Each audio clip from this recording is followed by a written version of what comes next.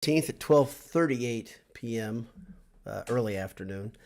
Hope you and yours are doing well. Thought I'd give a couple thoughts out to you, or I'd send a couple thoughts out to you on what I've been seeing. There's been a lot of Purdue news, but to me, still a lot of things that I don't understand, quite honestly, as a fan. There are a lot of things out there that I don't quite get the entire picture. I'll talk a little bit about that, those things that are kind of somewhat disconnected for me, somewhat there are loose ends that I don't understand.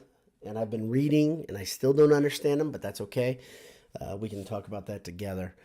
But before I get into all the stories, the many, many news stories, let me thank our sponsors. They're not official yet. It's still not officially football season. And our friends at AJ's and our friends at Home Field Apparel, they are not officially our sponsors, but we feel like they're so good that you need to know about them. And so if you head over to Home Field Apparel and you buy a shirt just like this with the old-timey Purdue Pete, and you enter Boiled 23. Boiled 23 now. It's a little different. No space. Boiled 23 at checkout.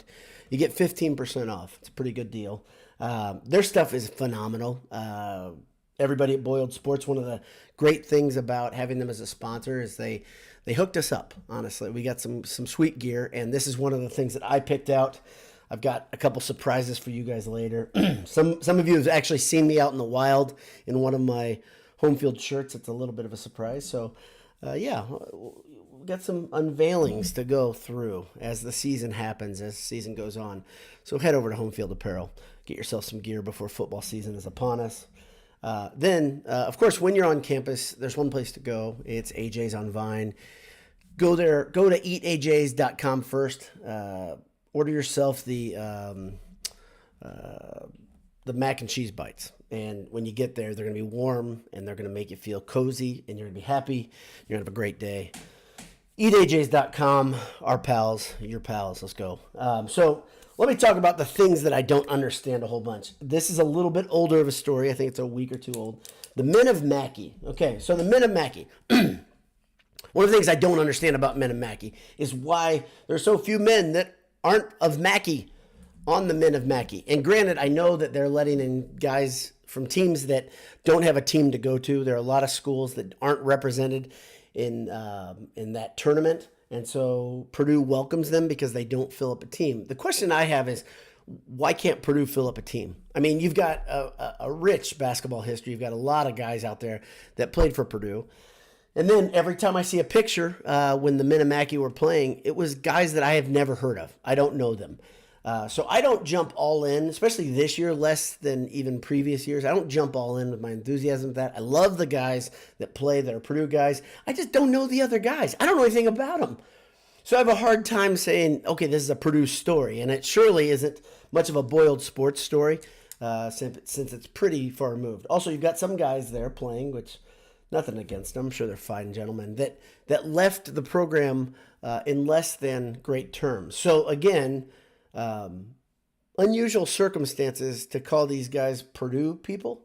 Obviously, Robbie Hummel, an icon, was kind of the player coach, I think, this year. Maybe Ryan Smith was back. I don't think Ryan Smith was back coaching this year like he did last year. Purdue's results, or the men of Mackey's results, again, weren't great. I think they got knocked out in the second round of the tournament. So that's about it. I kind of wish those were Purdue guys. That's the first thing. Second thing I wanted to talk a little bit about, of course, was this the European tour. I joke in the title that Purdue wins Europe. Purdue is the European champion. Purdue went 4-0 in Italy, Germany, 4 different countries. And one of the gyms specifically, I think it was the first game, looked like they were playing in maybe one of the most confusing YMCA courts you've ever seen. Had so many lines down on the court. Wild and very small. A lot of these venues were very, very small. I swear almost every CYO gym I played in when I was growing up was bigger than the first 2 venues. They got progressively better until the final game, which I haven't seen anything but still images of that one, admittedly. I haven't seen highlights of it yet. I plan to watch them. But I got to watch one game live. I don't know how that happened. I got to watch, and I didn't look for a pirated link or anything, but I got to watch one game live. I got to watch 2 games almost right away on YouTube, and then I watched highlights of a third, and I'm sure I'll watch this one. My big takeaway was that these teams that they were playing weren't very good. They weren't very good. FLO, the team that hosts, or the broadcast streaming organization that hosted the event for your Boilermakers, wasn't great at their job. There's some production problems. The guys who were doing the play-by-play, I don't know who they were.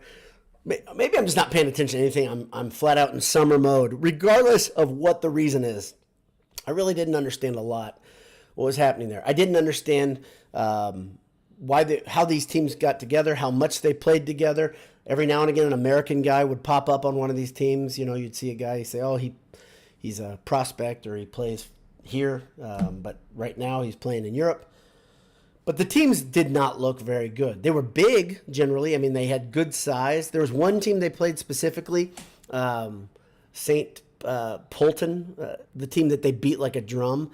Their guards looked like they were playing church league basketball. Like, their guards looked horrendous. Their bigs were huge, based on what I could see, what I could tell. They had no problem physically matching up with Purdue's bigs, but they were not on the same level as Purdue. So Purdue walks away 4-0 on this tour of Europe. I think this is a great team builder. I love the fact that Purdue does this every other year, but I think this is probably some of the worst competition I've seen Purdue play. I don't think this is any like harbinger for Purdue shaking off the loss to Fairleigh Dickinson and going to the Final Four. Like, that was the thing that cemented, that galvanized this team. I don't think any of us should think that way. If I'm raining on your parade, I apologize. But there were some neat takeaways, though, from that. One thing is, of course, Brian Waddell. I used him as the photo of today's QuickCast, and he looks completely reformed. He's been a work in progress. He was a really thin kid at Carmel. He looked thin in his first year at Purdue. He got a little bit of definition last year, got a little bit bigger, but he looks the part now. It's great to see. He's bulking up. He looks great off the bounce. Like, he can drive on people now and finish strong around the rim. I think he's 6'9", but he's a long 6'9" too. I know Morton is also 6'8". A lot of people are saying they occupy the same space. They really don't occupy the same space, though, because to me it seems like Waddell is a shooting guard. Morton is kind of a hybrid point forward. And I wouldn't say, Knucklehead Board had a discussion how Morton was going to lose all of his playing time to Waddell. I don't think that's the case, just because I don't think they're filling the same space. But one problem that Matt Painter is going to have to solve, and you can see it when you're watching this team in Europe, this very unusual truncated team, meaning you don't have Zach Edey playing, you don't have Ethan Morton playing because of injury, I believe. That's one of the things I'm confused about. But Morton's recovering from something. And then this last game, Colvin didn't play because of a passport issue. And so you had all these weird parts. One game, one guy percolate up to the top and play great. Next game, somebody else. It was awesome to see that. When you look at the box score, you're seeing different guys rise to the occasion. That's great. But I just don't think that Waddell is going to take Morton's minutes, but he's going to take somebody's. And that's the problem that Painter's going to have to solve. He's going to have to solve the idea of Trey Kaufman-Renn is really very good. He was a high recruit. Last year he showed a lot of frustration. He looked like a guy that at times was real pissed off when he was playing, which you can shape that and form that into something magical. But he looked the part in Europe. He's so strong. He's aggressive. He's not the quickest guy. So he's played a little bit of the 4 in Europe. He looks like a center to me in the Big Ten, like an undersized center, not a prototypical Purdue center by any means. Will Berg played quite a bit. He did really well against that team, that St. Polton team. I'm sorry about the names. He looked really good against them, but they were not a very good team. In the second half, Berg just kind of could do what he wanted to inside for a couple minutes, and that was good to see. But he struggled staying in front of a couple of the guys in the early games. He's still recovering. That's the other thing you got to keep in mind. But a lot of people thought you're going to have Wilberg coming in and playing like Zach Edey Part 2, or kind of a combination of Edey and Matt Harms, because of the ability to play face up and shoot the basket from deep, or shoot the ball from deep. But I don't know if Berg is there. I think this is going to be another case. Can Coach Brantley mold and shape yet another center into an all-conference type of guy? If he can do it here with Berg, it's going to be pretty noteworthy. But he's got a lot of skill at the same time. Berg can do a lot of things that a lot of Purdue centers the last couple of years, specifically Haas and Keady, because they're just bigger, slower bodies. He can do some things that they can't. He's a little thinner, and he's a really good shooter right out of the box. But he struggled defending some of these players in Europe. That's of note. There was another first played well. You had Braden Smith had a great game where he had 11 assists, 0 turnovers, 0 points. Not because he wasn't shooting. I think I saw him. He missed at least 2 that I saw. I can't remember exactly what the box score. But Smith also had a game where he scored a lot. Lawyer played well, scored a lot. Gillis had a solid game, specifically in the second half. What it looked like Purdue was doing to these teams was wearing them down. Every time I would watch the box scores when I wasn't actually watching the game, the 3 that I was watching the box score, Purdue would wear them down. As the game got further in, Purdue's lead would get bigger. Purdue's depth hurt the other team, and I don't know what they had. I don't know what they had on the other side. So that's the second story. Third story, 2 football stories. One, of course, what's happening in camp. I watch Golden Black. They have a podcast, which is worth watching. They have more insight than anybody because they have the open door that other media outlets don't have. And one thing I took away, which is hilarious, is I took away that they don't know much about this Purdue football team, meaning the door is only cracked open. The 15 minutes that they get to see the team, it's hard to gather information. You're seeing just drills and warm-ups and stuff like that. You're not seeing a full version of the offense. So it's hard for these guys to figure it out. So then it leads me to the next thing, which is funny in this internet age and this YouTube age where you'll see guys talking about Purdue football who don't know anything about Purdue football. I'm sure if you're like me, you peruse and see, if someone prognosticates about what Coach Walter's first-year Boilermakers will look like, I want to hear what they have to say, even if I don't know the person. And what I'm hearing, based on what Golden Black is telling me, is none of these guys know what they're talking about because there's no way that you could. Coach Walters and company have kept everything close to the vest.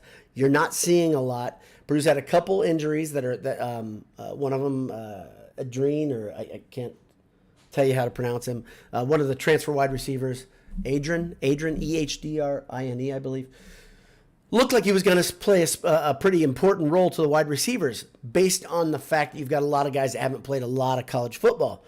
But at the same time, we don't really know. And he's out for the season with an ACL. So I'm not going to say anything else about injuries other than, it looks like Purdue has done pretty well. Injuries are part of camp. Injuries are part of football. If you start believing this is something that's limited to Purdue, getting guys injured, potential starters injured, you're way out of line. Ohio State, they have injuries just like Purdue. The big difference between Ohio State and Purdue, of course, is Ohio State's depth, right? They have another 5 or 4-star right behind them to plug in. Purdue doesn't have that. Purdue's depth is always going to be an issue. They're never going to have that, what Ohio State and Michigan and some schools like that really brag about and are fortunate to have. Purdue doesn't have that. They're not going to have that. So when somebody goes down, it's tough. Purdue's offensive line is going to be interesting this year. You're going to see a lot of names, numbers, faces, people that you don't know playing significant roles. But I'm pretty excited if you read up on many of those guys. You've got guys that are big-time college football type bodies. That's a good start. The next part is, do these guys gel? I keep saying the importance of this. Teams just gelling and believing in the guy next to him. Understanding that what that guy's going to do and having faith in that person, like you trust him. That's a big deal in football specifically. So our guys buying in, our guys getting along well. Even with great teams, you can have teams play poorly because they don't gel. So that's a big concern of mine, and I don't know the answer if it's happening. One thing I do, I love this coaching staff. I love the fact you got youth on the menu here. You've got a bunch of guys that I believe in, Walters and, of course, Harrell are coaches that it's pretty tough not to believe in when you hear them talk, when you see some of the records of things they've done. But we just don't know. The guy that I will stick by that I think is going to capitalize most off Coach Walters being the coach versus the Jeff Brom era being there is Nick Scourton. I think Caraway was his name before he changed it. I think it's his dad's name that he took. But I think he's gonna be an absolute terror. He looks the part. He's got quickness. He's got athleticism. He's got length.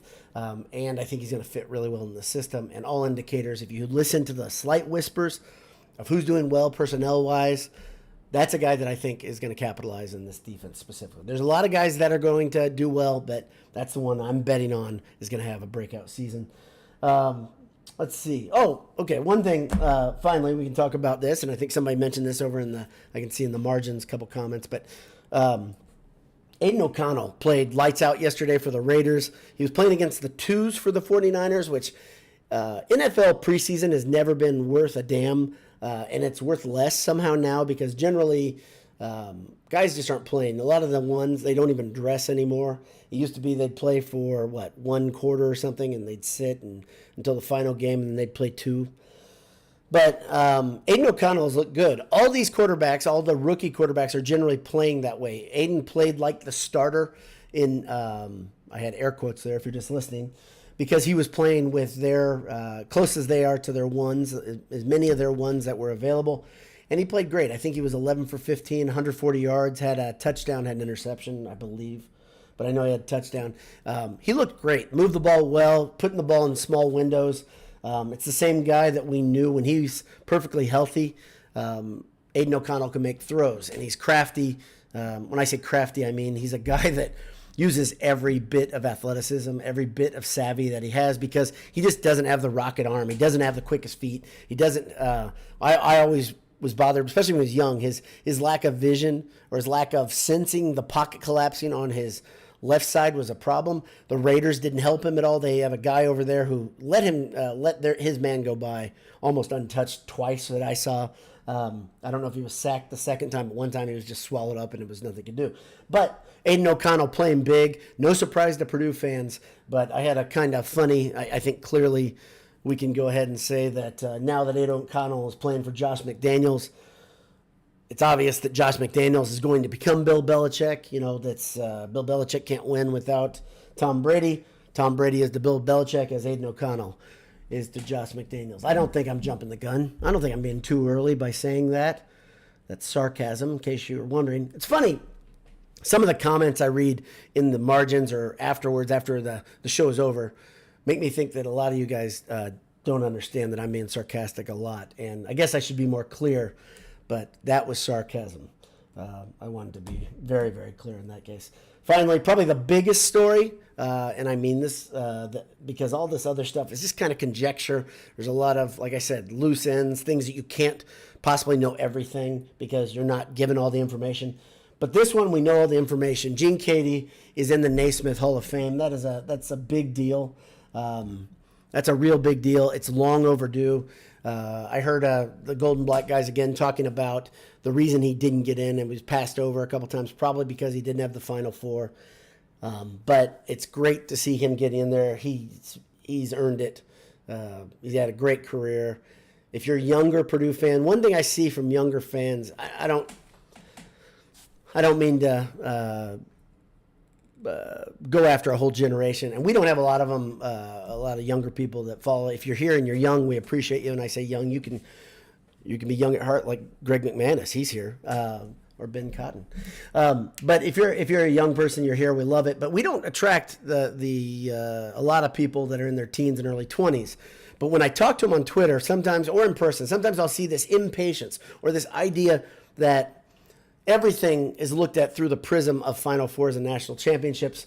The older I get, the less I think that way, and the more I think, enjoy things for what they are. Granted, I want a Final Four as bad as anybody. Not as bad as anybody. Those players want it worse than you, even though you may think that's not true. Matt Painter wants one really bad. I wanted one for Gene Keady so badly. I was on campus during that time. I was on campus when Glenn Robinson was there. And it didn't happen. But you cannot judge everything in college basketball through the prism of the tournament. You just can't. The winning percentage has to be there. Conference champion should be part of it. What are these guys? Is he developing players that go to the pros or just play professional basketball afterwards? Is he developing guys that maybe he's making them into great players and they weren't great players when they were recruited in? We can always go back to that idea, though. If they're not great players and they're recruited in, that's on the coach because they're his recruits. No question about it.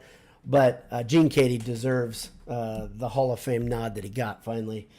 It's great to see. There's a great video. It's on our Twitter feed. I retweeted it from Boiler Ball. Has some legends of Purdue basketball talking about how happy they are for Coach Keady. Some of those guys may look worse than me, and they're my age. So I feel sad for them. But I bet all of them can still shoot a basketball better than me. There's no doubt about that. So I'm over 20 minutes and 22 seconds. I'm going to look at the margin here, read up on some of the comments. Appreciate all you guys who tuned in live, all you guys who are listening to tape. Before I do this, let me tell you guys something. We had a handsome hour, a basketball beat, whatever you want to call it, a bigger cast. We were going to do a show last week, at the end of the week, and Anish and Jay and Michael, they're all like, hey, are we going to do this or what? And I was like, I'm in whenever. And they're like, how about tomorrow? I said, I'm in. And then one of them said, I don't know about tomorrow. And then how about the next day? And then, okay.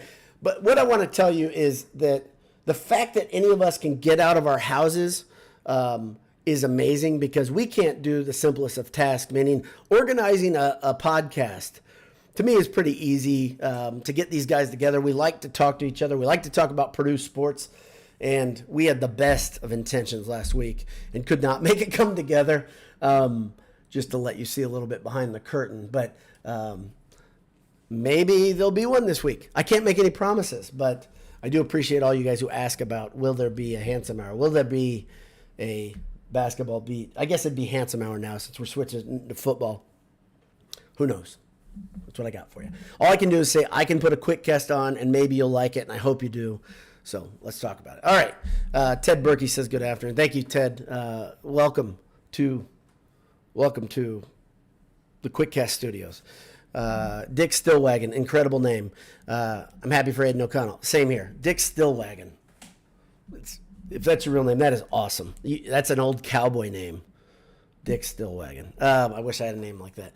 No offense to my Dowd ancestors.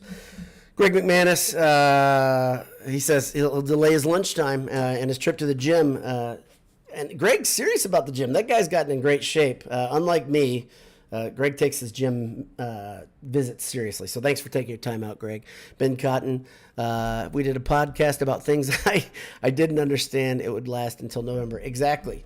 I don't understand anything, guys. I don't know how much better, much more succinctly, much more articulately I can say I don't understand things, but I really don't understand this. I always try to read up, like just daily. I'm checking in with different sources and figure things out, not only in college sports, but politics and the real world. Try to read up, but I'm especially not understanding a lot of things right now, so it's probably my age. I think since I last saw you guys, I turned 48. You guys can probably see it. There's more gray in my beard, but I apologize for my lack of understanding of many things.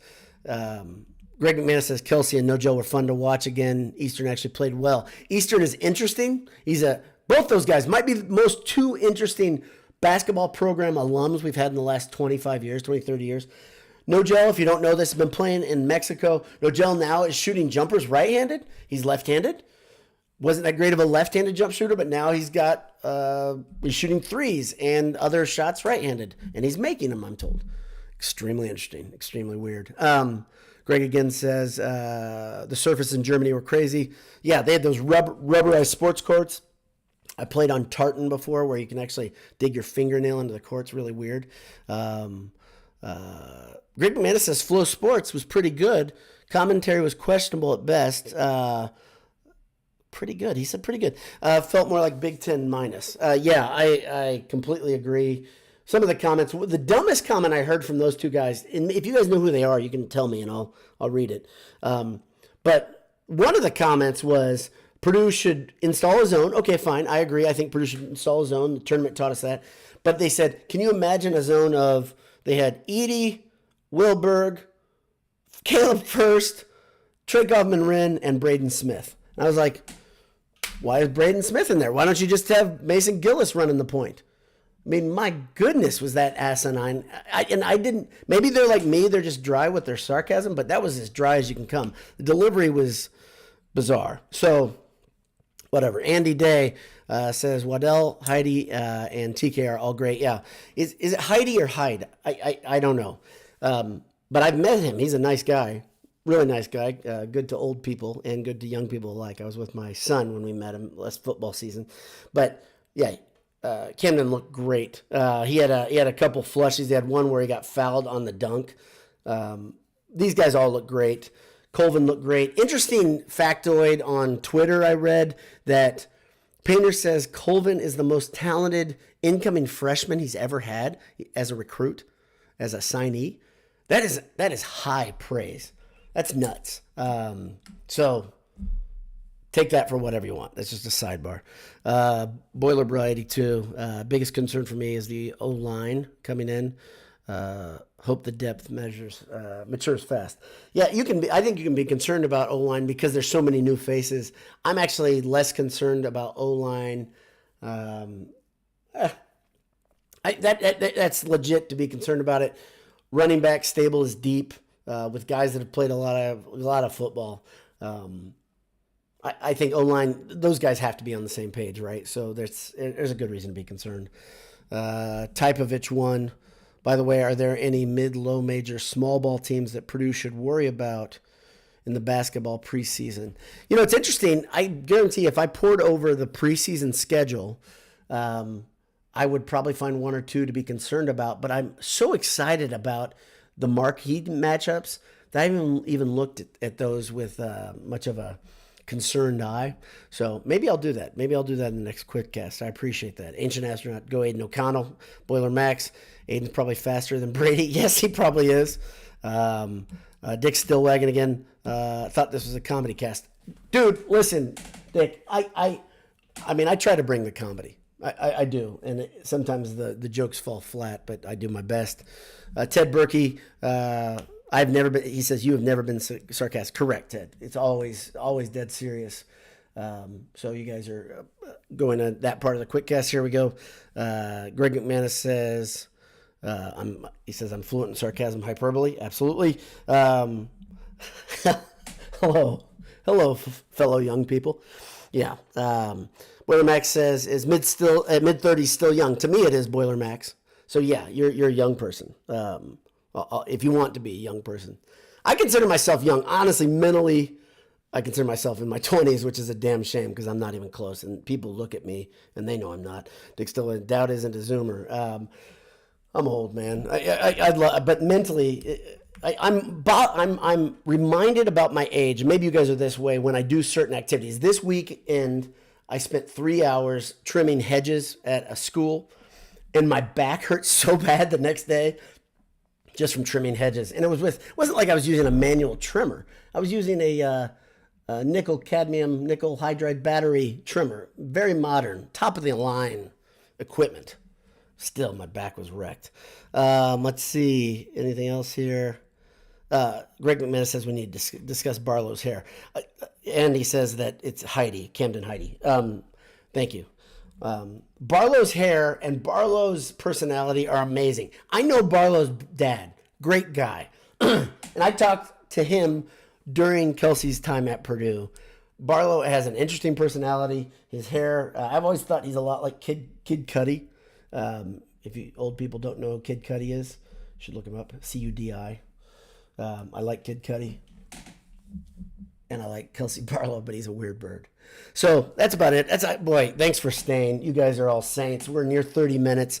God bless you. Have a great day. We'll be back at you with a handsome hour sometime.